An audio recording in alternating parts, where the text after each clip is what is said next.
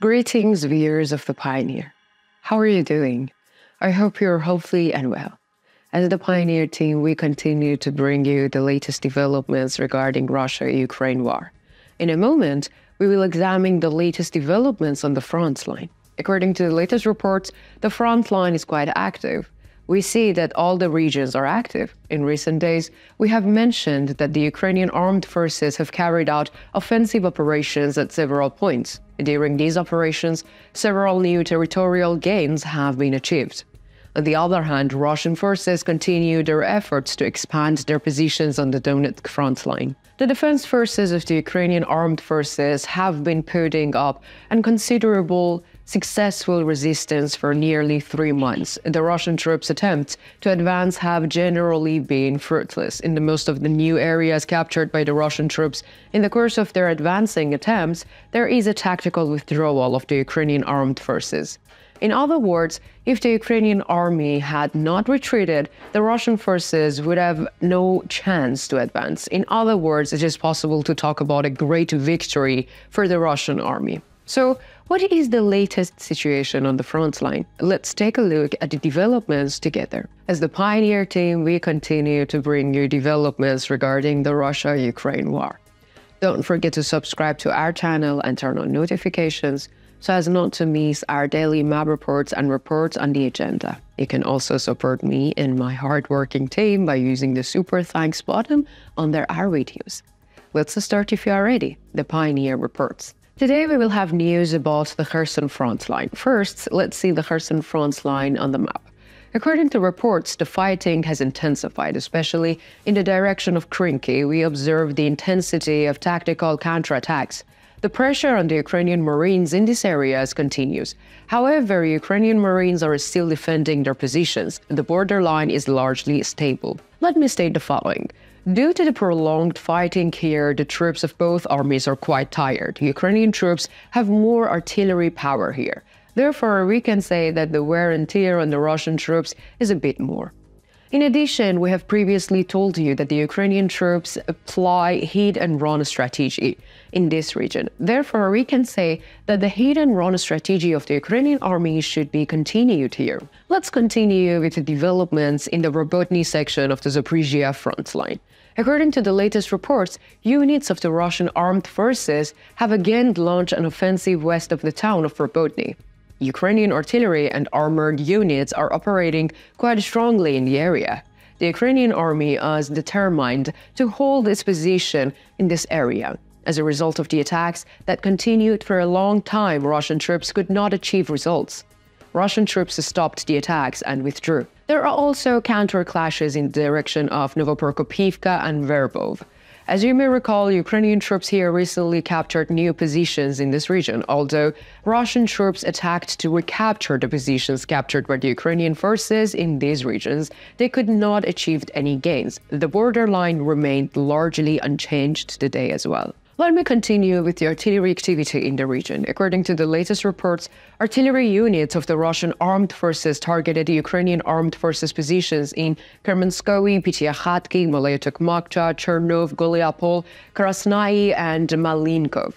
In turn, artillery units of the Ukrainian armed forces targeted positions under the control of the Russian armed forces in Zhorobyanki, Rivne, Novoprokopivka, Verbov, and Dorozhnyanka. Now, let me continue by analyzing the latest developments in the Vuhledar sector of the Zaporizhia front line.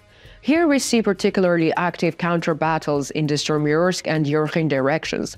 Russian troops continue to pressurize these two areas. However, no results have been achieved so far. Apart from these, there are no significant reports in the Vuhledar sector of the Zaporizhia front line. Let's continue with the artillery activity in the region. According to the latest reports, artillery units of the Russian armed forces targeted Yurkhin and Stormyursk, Rivnopol, and Makarivka. On the other hand, artillery units of the Ukrainian armed forces targeted positions of the Russian armed forces in the direction of Zavidny Bazhania, Novodonetsk, Pryotny, Volhytny, and Stermolinka. Let's continue by analyzing the latest developments on the Donetsk front line. According to the latest reports, on the Donetsk front line, units of the Russian armed forces with artillery support carried out attacks on the southeastern outskirts of Novomikhailivka, in the Pobeda area near Gorogogivka and Novolskoye, Permanskoye, Severnoye, from the southeast on the industrial zone, and from the northeast near the coking plant on the city itself, and Novobakhmutivka, controlled by the Ukrainian armed forces over a large area. Attacked, the demarcation line is stable over the whole of this large area. We are talking about a very large area. The units of the Ukrainian armed forces are spread over this vast area. As you may recall, during these counteroffensives, the Ukrainian army applied this strategy on the Zaporizhia front line and repelled the Russian troops. The Russian army is trying to apply the same strategy here. However, the Ukrainian armed forces are prepared for this.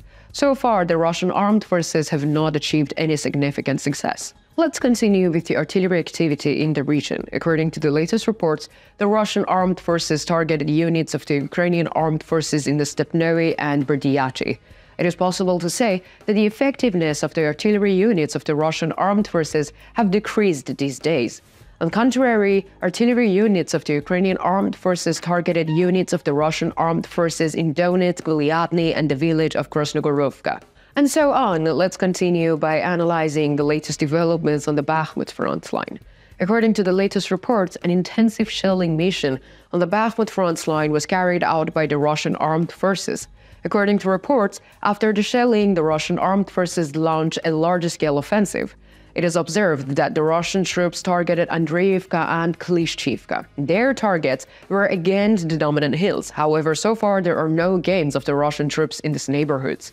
Russian armed forces also attempted to advance in the direction of Veselvoye near east of Soledar. However, the Ukrainian armed forces are still defending their positions. Let's continue with artillery activity in the area. According to the latest reports, artillery units of the Russian armed forces targeted Ukrainian positions in Bogdanivka, Gorogorivka, Supernoe, and Verchensk-Manskoye. On the other hand, artillery units of the Ukrainian armed forces targeted units of the Russian armed forces in Bakhmut, Yahidny, and Berkhivka. On the Luhansk front line, counter-insurgency clashes continue near Dibrovo. However, there are no border changes here neither. What do you think? Do you think the Ukrainian army's defensive war is successful?